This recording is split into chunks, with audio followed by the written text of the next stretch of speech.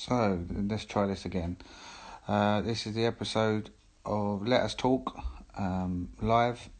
Next episode with 4 fantastic guests I'm looking forward to tonight. Hopefully the internet doesn't play up anymore and we can get through this. Cheers, Scotty, for this.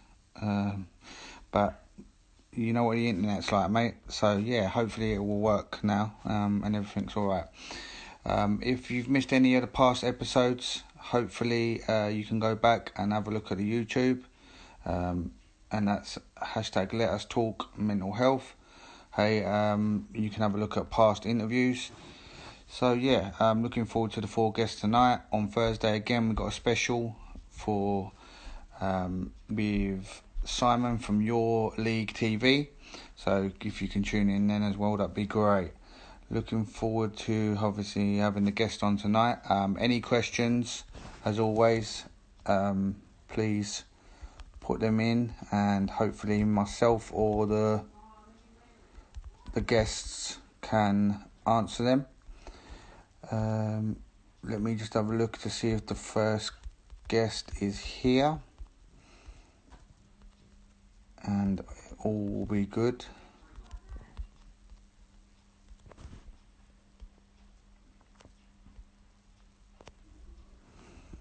Just trying to sort this out. Let's have a look. Yeah.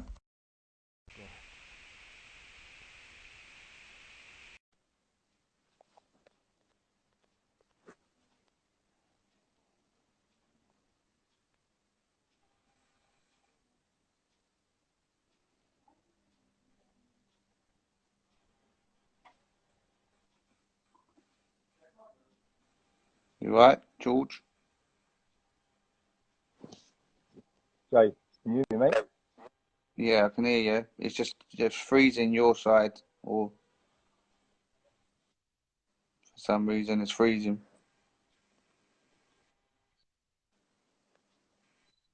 Jay, can you hear me, mate? Yeah. It just keeps freezing. Can you Yeah, I hear me? can hear you now. How's that? Decent. Yeah, it's all right Good. How now. you doing, mate? Lee Haywood says, sort your data out. Lee, mate. Lee's just But yeah, got banter all the time. He don't leave off with me. Every time I see him, he gives me stick, mate. All the time. yeah. And that's good. Seems to be Hopefully right. It's it's all just a right little bit now. Now jumpy. But sorted.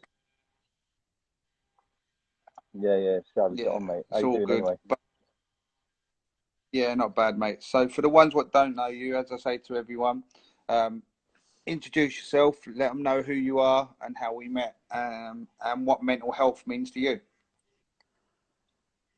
Cool. God, I met you, Jesus, what was it, about 16, I think? Doing some trials, weren't we, at London Leisure College, run by Charlton at the time, doing some football trials down there. But I met you down there with your dad, weren't you? So yeah, we had these trials, met yourself, I think you was involved with Bromley at the time. You, your man, invited me to come training. So I went training a few times. Didn't see you again, I think, for years, and then sort of in the non-league football circuit, just used to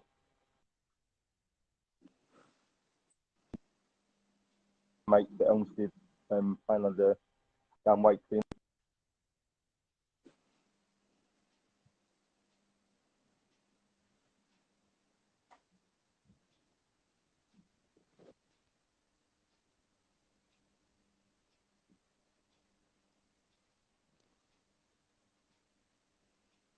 It's your internet, George, I think. This.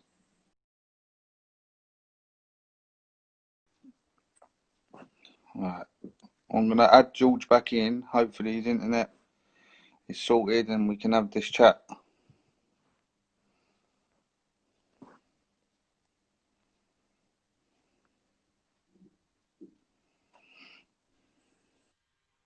You are, man?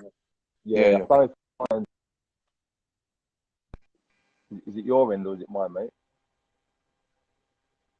I think it's your end.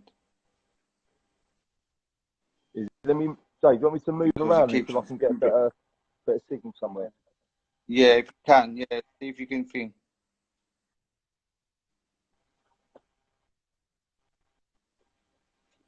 keep spin drying you. Yeah, let me hold on. Oh, cool. 2 seconds, mate. Just move about.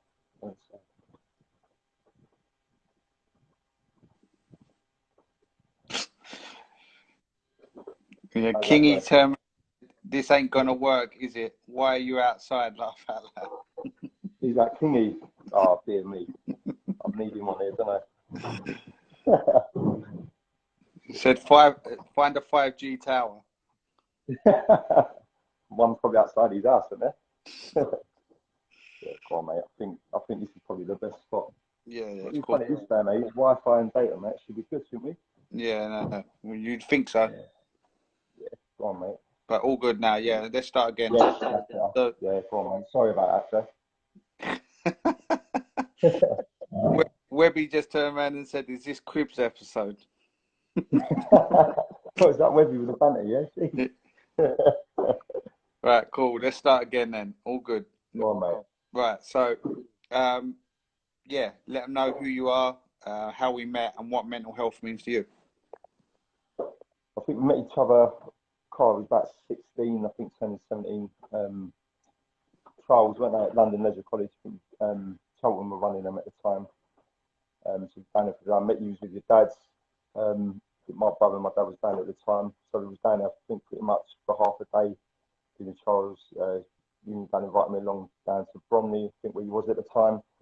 Went down there a few times, and then I don't know really what happened after that. Sort of went our separate ways, and then see you sort of on the non-league football circuit at various clubs, and then obviously with teammates together. Obviously, it's under Dan Wakeman. I suppose we've got to know each other a little bit better as adults, and yeah, that's it. And obviously, ever since most non-league games local and stuff, we see each other, don't we? So. Yeah. So, what does mental health obviously mean to you? Oh well, I think it's just for any human being, regardless what your background is, whether you've been directly affected by it or not. I think someone has, in some way, shape, or form, known someone or has a friend or family member that's been affected by it. Me personally, I've grew up with someone we knew at school was affected by it. Ended up taking his own life. I've had a family member that was affected by it for many years, was struggling with it, and unfortunately lost to it and felt the need to take their own life with it as well. So in that sense, yeah, I suppose growing up knowing a friend friend at school or acquaintances, whatever you call it when you're at school, everyone sort of knows each other, but from a young age, sort of hearing that someone's done that to themselves is quite shocking, really. And then obviously as an adult, having a family member, direct family member, sort of take their life and do that, obviously is shocking and hard to take. How do you feel? Obviously, like you touched on two of them stories of what mental health obviously affected you a little bit through other people and that. Why do you feel it got to that point? Do you feel they didn't have anyone to talk to, or do you feel they didn't have the right advice, or why do you feel they got to that point? Yeah, I mean, I think the sort of situation with the person at my school at the time, I think he was just, I think we sort of young teenager, sort of not sure of yourself, not sure of your direction in life. Maybe was having problems at home, personal stuff. Maybe the crowd he was with didn't, maybe didn't have that support network around him, or didn't feel he could go to teachers and speak to anyone. It might have been a little bit deeper. There might have been something that, underlying issue that wasn't diagnosed, or something like that. So you just don't know. I think certainly sort of growing up, I can't remember it really being, you might say different, or maybe a lot of people say the same. I can't ever remember it being spoken about in my school about mental health at all to anybody, even an assembly on it or anything like that. It just, for me, it wasn't brought up or spoke about in school. Obviously, like I'd imagine it's spoken about in schools a lot more today. I'd like to think it is anyway. Yeah, that brings me on to the next question, which we've been touching on a lot lately. Obviously, you've turned around and said when you was younger, it wasn't really in an educational background educational. It wasn't really set in. A lot of people have said even nowadays they feel there's not enough of it in education to catch it maybe when people are younger. Yeah. So how do you feel people or the government or funding systems can help better to maybe catch it earlier on when people are younger? Well, I think in what people got to realise is mental health issue is a life skill, isn't it? To be able to cope with it. It's like learning how to swim is important. That's a life skill. How things are in this day and age, I think you need to know how to look after yourself physically and mentally. And I just don't think they really sort of push that on school kids in school. When you leave school, you're going into the big wide world trying to find your way. Not everyone's got a great support network. I mean, they're leaving school with some of these schools with GCSE, some of these schools with nothing. But I mean, what you're meant to do from there when you're sort of having knockbacks, not understanding what you're meant to be doing in life, not sure what you should be doing, haven't got that support.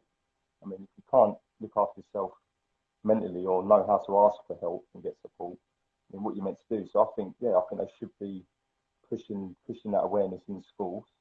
And I think I know they do have student council teams and mentors and stuff when going to college and stuff like that. But maybe primary school's a little bit too young. I imagine there's other routes you need to go down before you can speak to kids about that directly. But certainly in secondary schools, I think it's good if you've got that support network in the secondary schools, definitely. Mm-hmm. I feel, and a lot of people feel now, obviously, mental health is going to be a massive thing, especially after now, obviously, with all the issues gone on with lockdown and everything like that now, and obviously the pandemic with the virus and everything like that. Do you feel that there should be a lot more money put into projects or funding now to help people who are struggling with mental health? Yeah, definitely. I think so because at the end of the day, this is challenging times for everybody. Financially, especially, but also more importantly, people's state of their mental health is just going to be pushed to the limit. Some people it might not be as bad. They might have support. Some people will be finding it very difficult because they're stressed and worried about like financial stuff or family members. I think they should, and I think they should be looking into using you know external people that are not necessarily experts within that field, but charities that are set up that can actually go into places and provide support or do stuff like you're doing, Jay, like these live chats and calls and give that sort of one-to-one support if needed. I don't think it's good enough anymore to just throw something and just, oh, we've got so and so who can do X, Y, Z. Start looking at where people are really doing positive things and start recruiting these people in to bring them into other fields, other environments to give their experience and professional help if need be. I think they should do it. Yeah, I've spoken to some obviously experts on here as well, and obviously some people who have just passed on their experiences, like myself, or other people who have passed on their experiences of mental health either through a family member or actually themselves. And from the message, what I'm getting, it's all good and well, yeah, having a specialist and everything like that, but sometimes and I agree because you've got to be a specialist in the field because you don't want to give them the wrong Yeah, advice and yeah, of and course, yeah. and like that. But having alongside these specialists, I feel you're Mm. right what you're saying. And the message is that you can't beat sometimes the person who's gone through it, passing on their experience of their mental health, what they've gone through. Do you Yeah, feel of that course. something like that should be incorporated now alongside, obviously, the specialists? Yeah, yeah, definitely. I think that's a good idea having specialists there that can oversee and make sure that the advice that's being given isn't anything too contradicting or going to make someone sort of go the other way. Mm. But yeah, definitely, it takes many different types of people from different walks of life, different experiences, different types of personalities. Some people click and connect with certain types of people better than others, and that's just the way it is. People just make connections with certain types of people, and that's it. So I think the more people can start supporting each other generally and looking out for each other and actually start caring for themselves and other people, the better because you'll get more people that are mentors. I think everyone naturally can be a mentor to certain types of people. Or, most people, Jay, you've probably been a mentor through this with certain people, and not even realise, you know, the impact that you may have had. So yeah, I think they shouldn't. I think you should have professional people that are there for this, you know, to support the mentors. That people that are mentors can go out to them and ask them for advice to make sure that they're, you know, saying the right things or doing the right things or need help if they need help with it. But no, I think that's a good point, definitely. Obviously, we've been within football for a long time now, and obviously still within football. It's what we love and what we yeah, what we enjoy. You know what I mean? We enjoy it thoroughly, and that's why we do it. But what's your thoughts on? Do you feel the stigma or the stereotype has improved within a male perspective, or in the game, or do you feel there's still a stereotype between in the game? Like, do men want to open up as much now, or like a stereotype behind it? Do you feel open up? I think it's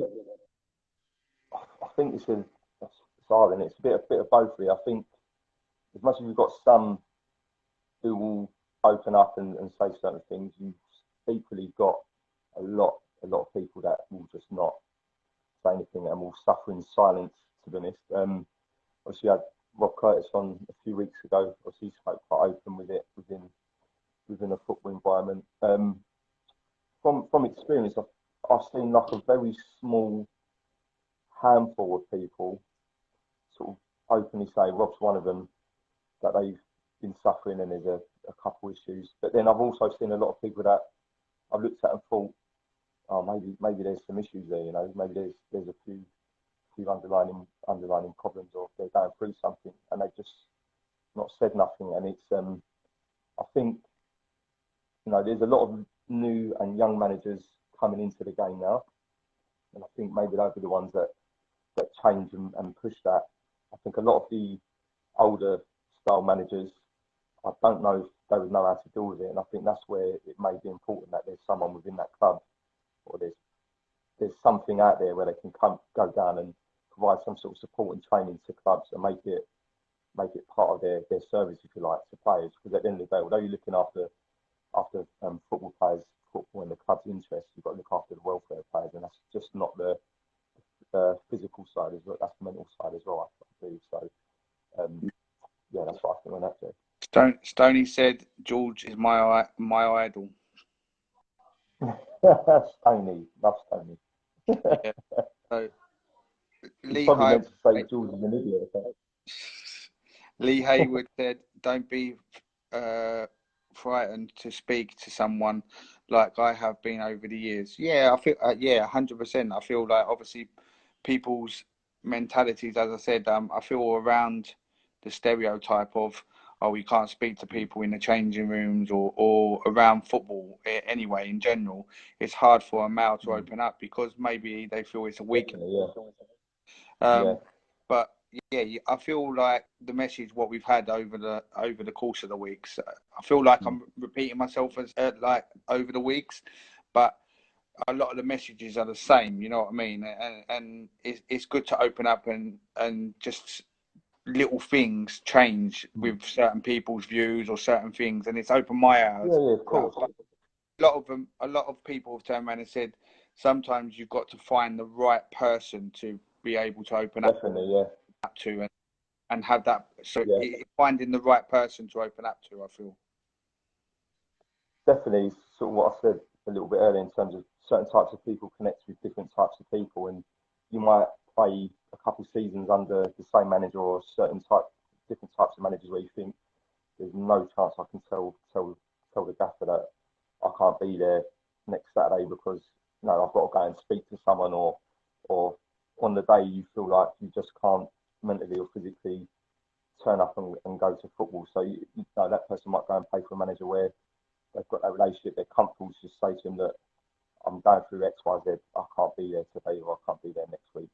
So I think the more you get people that are understanding, and that as well, when I said earlier, sort of younger managers coming in, there is also a lot of older managers that are a lot more developed and understanding in that sense. You know, they understand how players are and how young people are nowadays, and they get it a little bit more than what I suppose a lot of older managers would have back then. So I think as much as players are changing, I think managers are also changing and adapting as well. So I think together, as long as there's things like what you're doing, Jay, providing the awareness, I think we will get there. But I've been in that situation myself where I'm not had a mental health issue, but just like anybody where you've had extreme stress and anxiety through a stressful period of time in your life,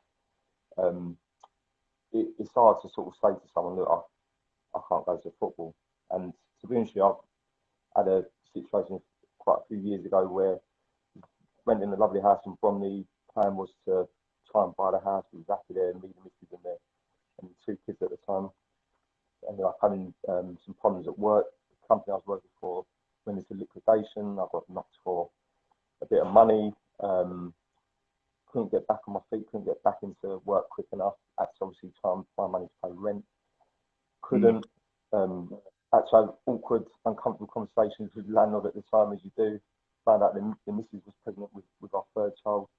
And unfortunately, ended up having to move out of the house because the landlord was like, look, if the situation ain't going to get any better, I'm actually going to sell the house. So, sold the house. And I remember sort of going through that and thinking, football was like my release and my outlet, and I used to look forward to going to play football. But that was an example of stressful times leaping into my outlet, into my football. And turning up, I think for a few games I went to football and I just mentally just was not present. It was hard and it was physically draining and mentally draining. And I remember one day I had the tracksuit on. I had a player coach for Phoenix at the time, and I picked my bag up to go, and I looked at my missus and went, I can't go. I was like, well, what's the matter? I said, I just can't go. I said, I can't. I don't know what's the matter with me. It felt like someone stuck a needle in me and just drained all my, not just my confidence, but my self-esteem out of me. Yeah. It was just like, I cannot go to football. And I had to send a message, and it was just like, mate, I can't go. It was just too much at one time. It all sort of got on top of me. And luckily, Martin West was down there, Ben Curry, great understanding people, top managers, coaches. Reggie was down there as well. They usually come as a free, and they were fantastic, and there was so much support, and can't knock Ben as well. Ben really was like a good ear and give me advice and help. And it was just really, I just needed to find a way. I had to stress manage properly. I just wanted to stress manage him very well. That's all. It's just bottling it up, doing 101 things to try and make the situation better, which didn't work. Just made me more stressed out. And just led to normal sort of horrible anxiety, not sleeping, and eventually not even wanting to go and play football because I actually was scared to go and put kit on and play because I thought I'm going to be absolute shit. I know I'm shit most of the time, but I feel. Stoney said, Stoney said, real talk, George. Love that.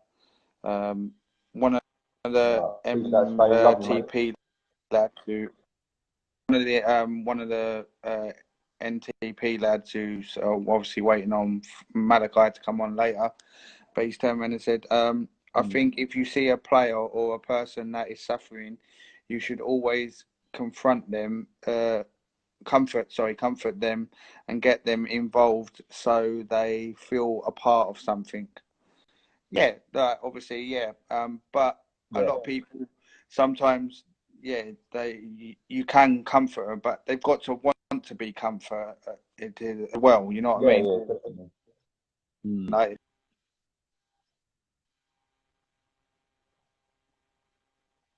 otherwise, it's not going to work. The same as you've got to open up and talk first before anyone can obviously help you as well. Off the pitch, mental fitness will lead to better performance. So obviously, what you just said, George, 100%. What George is saying is correct, and we'll touch on it with the other callers as well and the other guests. But if you're struggling with something, then you're not going to focus on what you're doing now. You know what I mean? So everyone's got to understand that as well. Going forward, exactly. I feel. Last question, George, before I move on to the next one. But what do you feel of going forward now? A lot of people can do to help with mental health. within themselves, or maybe somebody who's struggling? And what's your overall message really on mental health in general? I think I'll sort of touch on it sort of out of a football environment first, and then maybe in a football environment. But I think Yeah. out of a football environment, even if you do or you don't like football, I think if you can look after yourself, eat well, sleep as best you can, do some exercise, keep busy, and just talk. Find anyone that you feel you can talk to. I think that is key. That's important. I think the eating well and looking after yourself is important as well. I know a lot of people get sort of depressed, stressed out, or they've got mental health issues. They may find that they want to drink alcohol most nights of the week or days. I don't feel that really helps. I think you've got to try and completely cleanse yourself and put yourself in the best physical and mental position to battle any sort of mental health issue. The same way you would if you was struggling physically with an illness, you wouldn't want to go out and drink loads of alcohol and eat loads of crap. I think you need to look after yourself physically, and I think with that, your mental health will improve, or you'll be in a better space to deal with your mental health, definitely. And I think within a football environment, I think obviously, as you know, Joe, I coach as well. I think when you sort of understand that there's a difference between confidence and self-esteem, and the way that you coach speaks volumes. I think that's when you can really start making a change within football players. I think they're different. Confidence and self-esteem. You could give me confidence, Jamie, by saying certain things and coaching me a certain way, but self-esteem is something within, something that you drive within yourself to give yourself that self-esteem and confidence. And a lot of people may get confidence from somebody, and they may not have the self-esteem. So as soon as they leave that football environment, they're back to square one with no self-esteem, but they're just getting confidence fixes from football. So I think coaching and teaching people how to help their self-esteem is important. Ultimately, you want to be feeling confident and not from other people. So if that makes sense.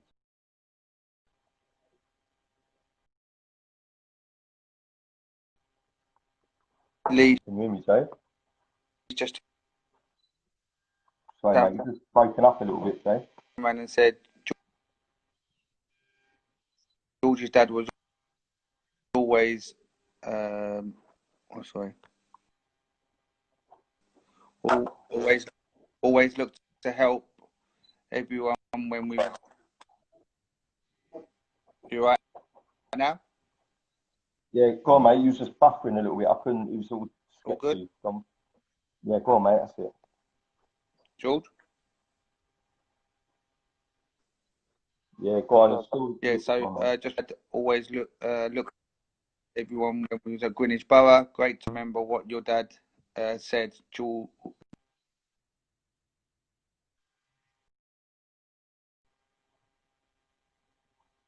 people's perception of obviously relationship with God and stuff like that, so it can help as well. Yeah, sorry. So right, one sec, George. I'll just bring you back in. Let me just finish this off with George, and then I'll get on to the next one.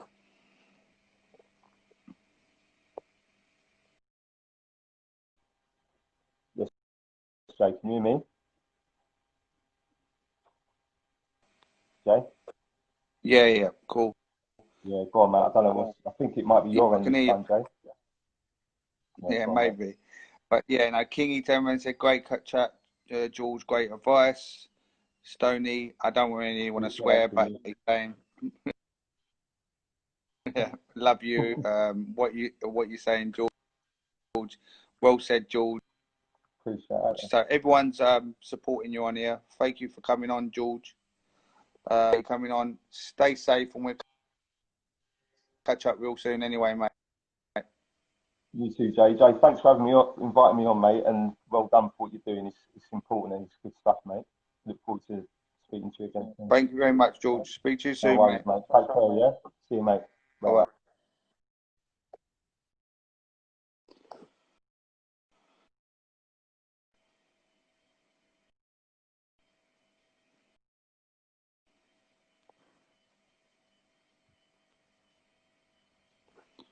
technical difficulties, but great chat from George as always, and great insight.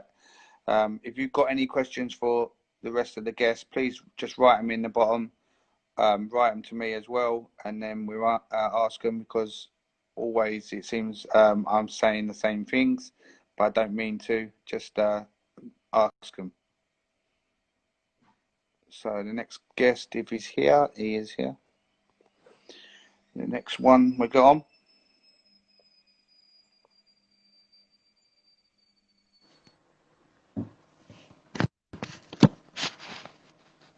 You good? Yes, Jay, you're right, brother. Yeah, not bad. You? Yeah, good, man. I'm good. I'm good. Just putting his kids to bed. Well, just did that, so I'm all yours. You played all them behind you now. But hey, listen, I've got a long list of games to go, man. This is it actually, speaking of those games there, the certain times when when you just feel like, especially from work situations, and like someone's annoyed me or something like that. This is what I go to, because when the wife's asleep and the kids are asleep, this is my go-to outlet, and avid collector as well. So it's not just games sitting there collecting dust. So yeah, I like a game or two. Yeah. Just relaxes you now and then. Oh yeah, for sure. Always retro as well. That's the best. Yeah. So yeah, always the first question I ask is obviously for the ones that don't know you, tell them who you are. Let them know how we know each other and what mental health means to you. Yeah, no worries. I think I met you. I'm sure it was either with Temple Villa in the fives. Fives, yeah, back in the day. Back in the day with Dev and Femi and Akpan and all those guys there. And I know you guys were the arch rivals. Around that time, just around, and then we retired, and then you took over. Oh, we've tried. Yeah. So that's how. And then a few years later down the line, I met you again at Seven Oaks with Simon and Daryl. Yeah. Yeah. So that was that's how I know you. That's how I know you. And obviously, I think we played against Mottingham Village a few times as well. Yeah, we was at Charlton on United. Sundays. So yeah, we was at Charlton United. Yeah, okay. With Michael Power and Bingy and all them. Yeah, that ledge front line. Oh my days. Yeah, that's something else. For so, the ones, this is Errison. He's a legend in non-league and also on a Sunday as well for Kenilworth. Boy, I don't know about legend, you know. I don't know about legend. You won everything. You won everything on a Sunday. Well, kinda. I wouldn't say everything, but yeah, it was good enough. It was good enough. So I'll take that. Yeah. So, what does mental health mean to you? Right. Let me put a disclaimer right now. To be honest, mental health, I didn't really understand the full goings on with mental health. No. It was only today, really, how much I realized how it's really prevalent with almost everyone. And when I put the WhatsApp message to my guys about tuning in today to on this live chat, I had people coming up to me, WhatsApping me back and telling me, it's good that you're talking about this, and they were giving me their experiences. And James, when I'm telling you, it took my breath away. Like what some of these guys are going through, and I'm seeing these guys through my sessions during the week prior to the lockdown. It was just normal. We come play football for an hour, enjoy ourselves, high five, go home, and that's it.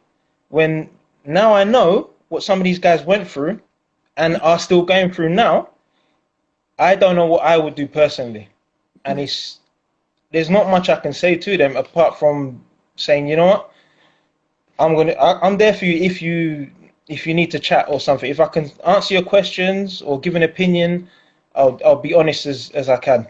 If I can't, then I'll say I can't, and that's what I can offer, and I think everyone should sort of in their networks give that opportunity as well. Yeah. If that makes sense. Mm-hmm. I feel like touching on it. Obviously, social media is a massive thing now, obviously in the world, and it can be your biggest tool to help people Mm. can be the most negative tool to obviously to a lot of people as well. But Yeah. I feel like the good points of it is that it's easy for you to connect with someone. Well, Obviously, it's things. Yeah, go on. you got to know. Go on, say what you're saying. No, it's things like this. What you're doing now, Jamie. Mm. It's things like this. What you're doing now. Hmm. You know, it's It it's it's it's opens up different people's perspectives. I feel. yeah, because majority of the guys in here, and I'm assuming, you know, we've all played sort of different levels of football, and we have sort of one thing that sort of bonds us, Yeah. even though we don't know each other. Mm. But then every week that you're saying that you keep repeating it. But you know what, Jamie? Keep repeating it because Yeah. people need to hear it on a regular basis. Mm. Well, And so you, yeah, obviously now you run sessions obviously in the evenings hmm prior to obviously lockdown and that, and you touched yeah. on people obviously contacting you now, and you turned around and said it shocked you how many people have said, well, I've had this struggle or I've had that struggle. Why do you feel that they didn't open up beforehand and now they've only opened up when you're speaking about it now? When I sent that broadcast out, do Yeah. you know what? I think because it was sort of the door was ajar for that opportunity to come in because it's mental health. Well, this is what I'm going through, Yeah. and this is what's happening to me. Mm. And you know, with the sessions that I do, you know, I've had over 200 players sort of come through me over the year. Yeah. Some of them are regular, some of them don't come back, and because they live too far, etc., etc. But Mm. I'm saying that not one of them did I know that was going through no issues. Mm. You know, you had the guest the other day, Lou. Yeah. Lewis, yeah. Yeah, great guy, great guy. I only met him prior a month or two ago before that, Mm. and you know, me and him talk when we can, Mm. and you know, it feels like I've known him for a long time. You Yeah. know, and I'll class him as a friend because he's a good guy, and there's a lot of people like that I've got a lot of time for. Even the people that probably don't like me or dislike me for something, I will still have time for them Mm-hmm. because that's sort of my nature at the moment. So, Why do you feel, obviously, do you feel there's a big, like, you've played football for many years or been around football for many years now. Why do you feel mm, there was maybe a stigma more back in the day, or a stereotype back in the day that people didn't open up? Obviously, yeah, it has got better in my eyes. I don't know what yeah, you you know, feel as in yeah. your eyes, but I still feel like it's hard from maybe a male perspective. Do you still feel that is the case, and why do you feel that's the case? Not as hard. Mm. It's getting much easier Mm. because I remember when I was playing, and it was especially when I sort of first started playing at Dulwich Hamlets. That was my first proper serious from Mm. Lewisham Borough to Dulwich Hamlet. Yeah. I didn't know no one. I didn't know anyone. Mm. And playing at centre back, there was mistakes I was making and whatnot, and the pressure was on, and I did not know how to react to that. Yeah. And even though some of the players were like, you know, some good players there, some people that I'll still say hello to now and speak to, Mm. I didn't feel that I could even open up to them because I felt like it would make me lose my place or I wouldn't get selected again. Just a fear factor of being laughed at, possibly. Mm. Um, and yeah, I think it's about being a man's man.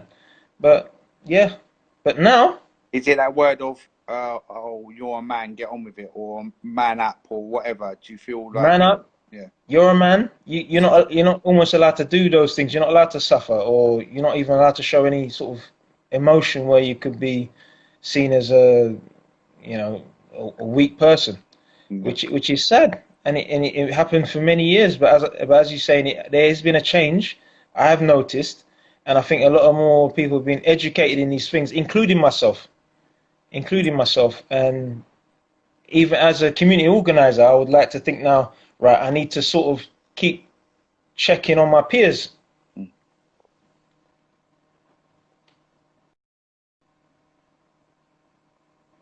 There for the can you hear me? Yeah, it just went Yeah, off a yeah. bit there. Yeah, Can go you on, hear that's me? right. That's fine. Yeah. So obviously going forward, especially obviously post lockdown and everything coming hopefully to the end. Um, Mm. of this? How do you feel people can go back into society and be okay? Because there's going to be I feel a lot of anxiety and a lot of maybe people who have been at home for a long period of time now. How are they going to go back into society, and what things should be put in place, do you feel? Oh, I don't, but I don't know about that, Jamie. I don't know what could be done because whatever keeps getting told by the government and whatnot, we can't take their word for it. It's like, well, we just have to get along with it. And to be honest, can I add to that with the protests about the Black Lives Matter and all that kind of stuff? Yeah. You know, I think that's another issue where a lot of people are getting angry on both sides, which is sad to see. And on top of the COVID as well, I don't know I don't know what can be done. If I'm to be honest, I just think there's a lot of all you can personally do is just make sure you available and sort of check on your friends and your family, and just do it that way because I can't. I don't know what the government are going to do or systems that are set up in place, if that makes sense. Yeah, I know what you mean. Yeah. Because they're talking about a new normal. Mm-hmm. Well, you know, what is this new normal going to be like? Yeah, of course. So, you know. A question from one of the guests, Orange Ball Coaching, who I know is a good friend with Keith, who I've got coming on. But he said, how will what you know now change your coaching approach? Be more open. Be more open and be more available on and off the pitch. I don't really do much coaching as per se because my sessions are more just games related, if that makes sense. So, but with that, it's definitely being available, just checking in on people, and sort of being a big brother or even a dad to a lot of these guys. It's something that I'm going to take the challenge up on and just be more available to people because, as I said, from when I heard those stories today, it moved me. It literally moved me that close people that I know for a good few years are going through this. You know, that I can't because I've lost a friend to mental health 6-7 years ago. Yeah. You know, and before that, only time I spoke to him was 3-4 years before that, and then the next thing I find out through my cousin through a Facebook post. Yeah. You know, and you're thinking, what could I have done?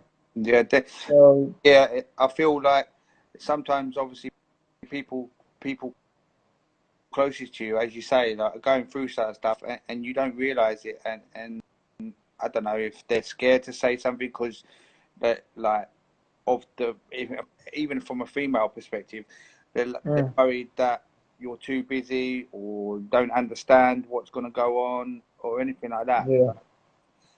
They're too scared to say something, I feel. You know what I mean? Yeah. No, I know exactly what you mean. And to be honest, I think people will still sort of go to that. And it's just we all have to try harder. We all have to try harder and do better. Literally. Yeah. So Orange Football Coaching said, brilliant. Human connection should not be underestimated. No, 100%. It only takes 2 seconds to ask. Not even 2 seconds, you know. Yeah. Not even 2 seconds. Yeah, it's big. Yeah. So Aaron Aaron Johnson said. AJ. AJ said, what do you think non-league / Sunday teams could do going forward to support their players with mental health issues / barriers? What's that last one? Stroke what? Stroke barriers. Yeah. I think they need to do something to have in place, or some sort of person or a number even to call, because I know there's many organizations that are available, but when it's constantly in their face through the league's website, Sunday League websites, they've got a representative or an officer of some kind that they can call anonymously, maybe, to then just speak to somebody if they don't want to speak to their players in the team or even the manager or anyone that's associated with the club. Yeah, 100%. Uh, And I think that will Spence, happen. I think that will happen as time goes on. mm, I feel, yeah, Croydon, I know I had Michelle on, who's part of the Croydon and Municipal League, and she turned around and said that they have actually like services from the league. So if any of their players in their league on a Sunday are struggling, Mm. they can call this number or speak to somebody to speak to within their league, Yeah. a person from the outside. So it's good that one league's done it, but yeah, if it can roll on to each league, as you say, it's Yeah. got to be out there more, hasn't it? You know what I mean? Like a campaign, Hmm. really, to a certain degree.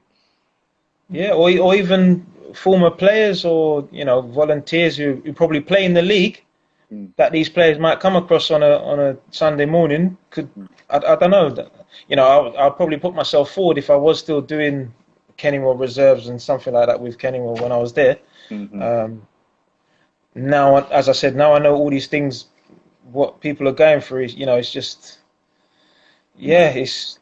yeah, Spencer said, sorry, I'm just trying to catch up with uh, the comments. So it said, why do you think people have only really started to take notice of mental health in the past few years? From AJ. No, no, Spencer. He's from Essex Charity Football Club. Okay, repeat that again for me because I was reading the one that AJ got. I thought that was one you was reading. Sorry. Sorry, no. He said, why do you think people have only really started to take notice of mental health in the past few years?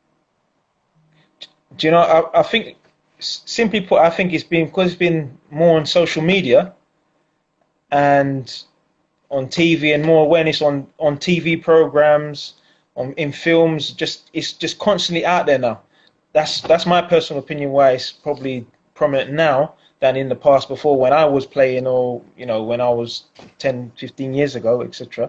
Mm. Um, so yeah, that's what I think's happening. Social media, big one.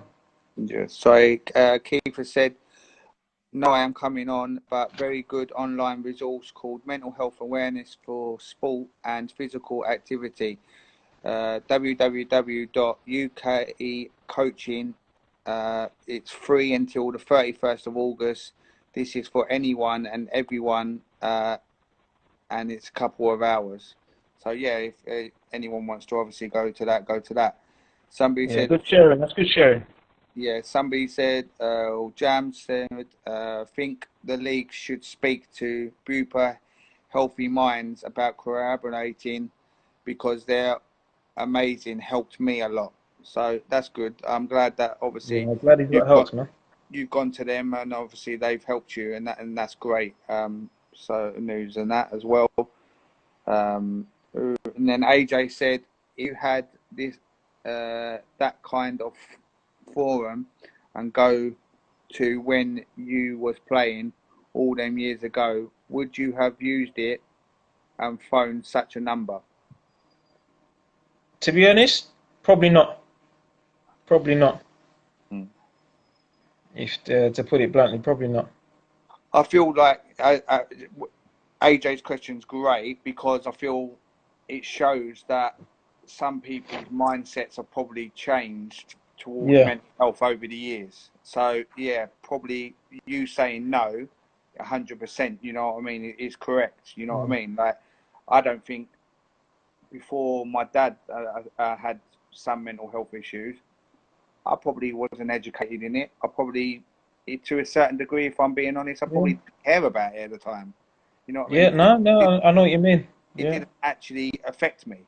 So I'm only being honest with it, and Mm. now obviously it's touched me, and the amount of people obviously through this and before that that I could look at and I think, well, they could be struggling. You know what I mean? They could be Yeah. struggling, Yeah. and it's opened my eyes up a lot. You know what I mean? And this is why I've probably done this platform is to just open people's eyes up and just say, look, there might be people around you. You might not be the one uh, Mm. struggling, but there might be people around you that are struggling, and Yeah. you might be the one they could turn to just have a chat. Just have a chat. Yeah. You know what I mean? It might help. You know what I mean? So, No, I know what you mean. I know exactly what you mean now because, as I said, from today when I put and yesterday when I put the message out, and these guys that I call friends, yeah, oh man, James, it's a life changer, game changer, life changer for me personally. That I'm gonna put my foot forward and say I've got to do more for the people that are around me. yeah, You know, and it's a lot of people that come through the sessions, and I've just got to make them aware that I'm there. yeah. I'm there, and yeah, we just got to pass that message and spread that love. Really. Obviously, last question. You touched Go on it a ahead. little bit, but your overall message going forward, how do you feel people and yourself and other people can help in mental health going forward? Going forward, I just think we just need to educate ourselves personally from the foremost. Education is very key, very, very key. Um, and then just be almost like a shining light to people come towards you and just be open and just let them know you're there. Just let them know you're there. Yeah. So, before you go, Errison, just answer this Yeah, one, yeah. Jay. What advice would you give the players who use football to escape pressures of life, but find that football just adds to it due to the politics of the game? Football politics. No, no, no, no. Yeah, that is something else. That is just a whole different conversation. All I'll say is, though, from me, just come to my sessions, and I'll be your friend. Yeah. No, and that's probably a good message to end it on, Errison. No, no, no. On a serious note, yeah, definitely there. I'm just gonna put myself. You know what, Jamie? People got the handle for my Instagram or whatnot. They can just Yeah, not even follow me. Just message me. yeah, I'm prepared to listen. I'm putting myself out there, prepared to listen. yeah. No, 100%. Just before you go, for the ones who are not watching it tonight, and going back, obviously put your handles out there, Errison, so they know what it is. So Yeah, yeah. I'll do that on the comments. yeah, okay, that's fine. All good. All right, Errison, thank you very much, obviously, for coming on. Keep safe, and Yeah, no worries, man. No, thank you, thank you, thank you, thank you, thank you, thank you for having me. Much appreciated. And again, we just gotta be there for each other, man. thank you, Errison. All right, speak Yeah, to man. you soon, mate. God bless you. Yeah, you too, mate. Bye bye. Take care. So that was Errison. He put his handles out in a little bit. I'll repeat them. So for the people what are not watching it and can't see the comments, so I'll let people know. We thank you for obviously all the questions. They make it a lot easier for me as well. That I'm not repeating myself, but as Errison said, I'm only trying to help one person. So hopefully this helps everyone. Two great guests. Looking forward to the last two. Let me get the next one on.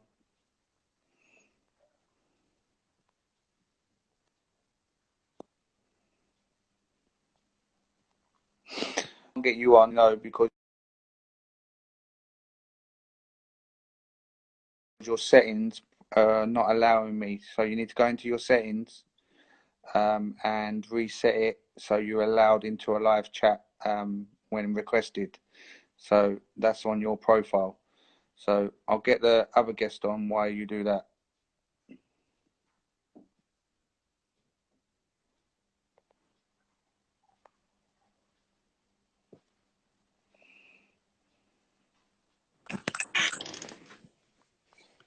Yes, Jamie, what you saying? I You don't, all right? mate. Good? Not bad, mate. You Good. good? So for the ones what don't know you, let them know who you are, what you do, and obviously we've only just really met obviously through social media and stuff like that, so I can tell them that anyway. But yeah, basically tell them who you are and what you do. Obviously, Malachi, known as Gaffer Mal. I'm a coach, a fitness instructor, a PT, and a teacher. Just trying to change my local community and other communities local to me. I'm just trying to be a people pleaser and help as many people as I can. That's Okay. my goal at the moment. Okay. Obviously, it's a recently set up Sunday League. You've only Sunday League team. You've only just joined the Sunday League. I've been watching obviously Yeah. your content stuff like that as well, and it's good things. Obviously, as you say, going through.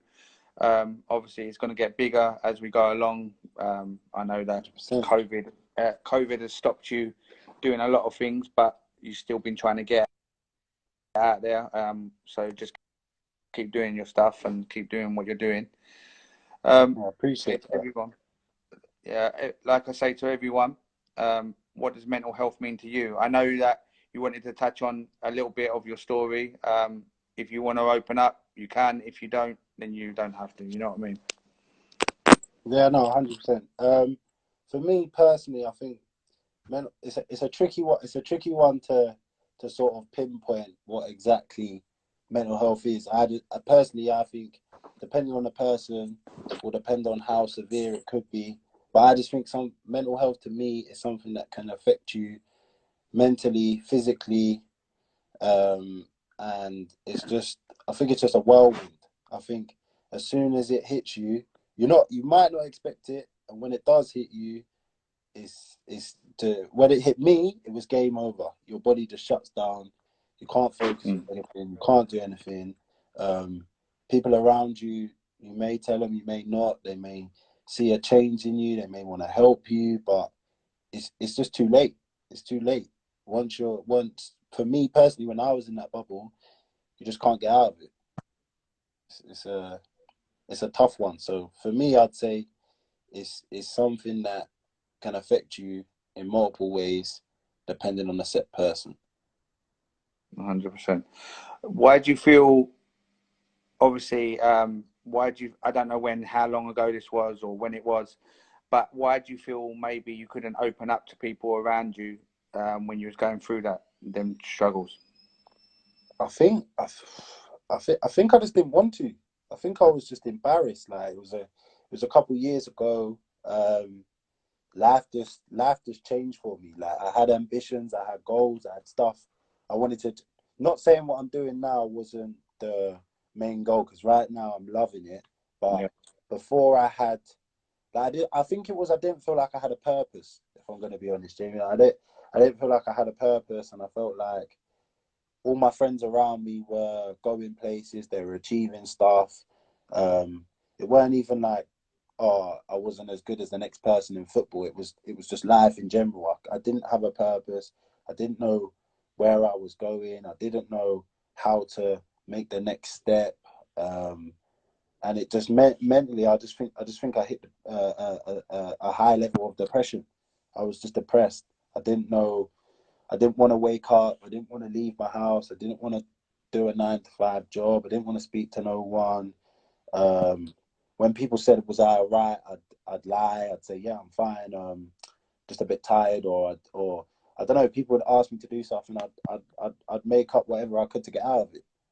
Mm. And there wasn't. I personally, I didn't feel like there was that set person that I could go to. I had loads of friends. I had loads of family members, but I think it, like I kind of said before, it was a bubble that I just couldn't get out of. Mm. Um, do you feel once you're obviously in that bubble? I don't know. Obviously, if you went to counselling or you didn't go to counselling, do you feel talking could have helped you then, or do you feel you were so far in that bubble it weren't going to help you whatsoever? Uh, I think at the start I was so far gone that it was impossible to turn back. I felt like I was so far gone, and it was only when, like, if I could put it on a scale, it was only when it got to the scale of like it wasn't that I was thinking to like take my life. I'm not gonna go that far, but it was sort of like I was tempted to just like disappear. It sounds strange, but it was like disappear. No one would see me. No one would hear from me. And like if I disappeared, then maybe it would um it would change how I was feeling. But I think it was just one day. Like my mum just worked out that something wasn't right, and she kind of, I'd say, she popped the bubble. She didn't allow me to step away. Like I'm not saying it was the best thing at the time, but she constantly like got at me until I broke it down, and then she just suggested different phone lines. I couldn't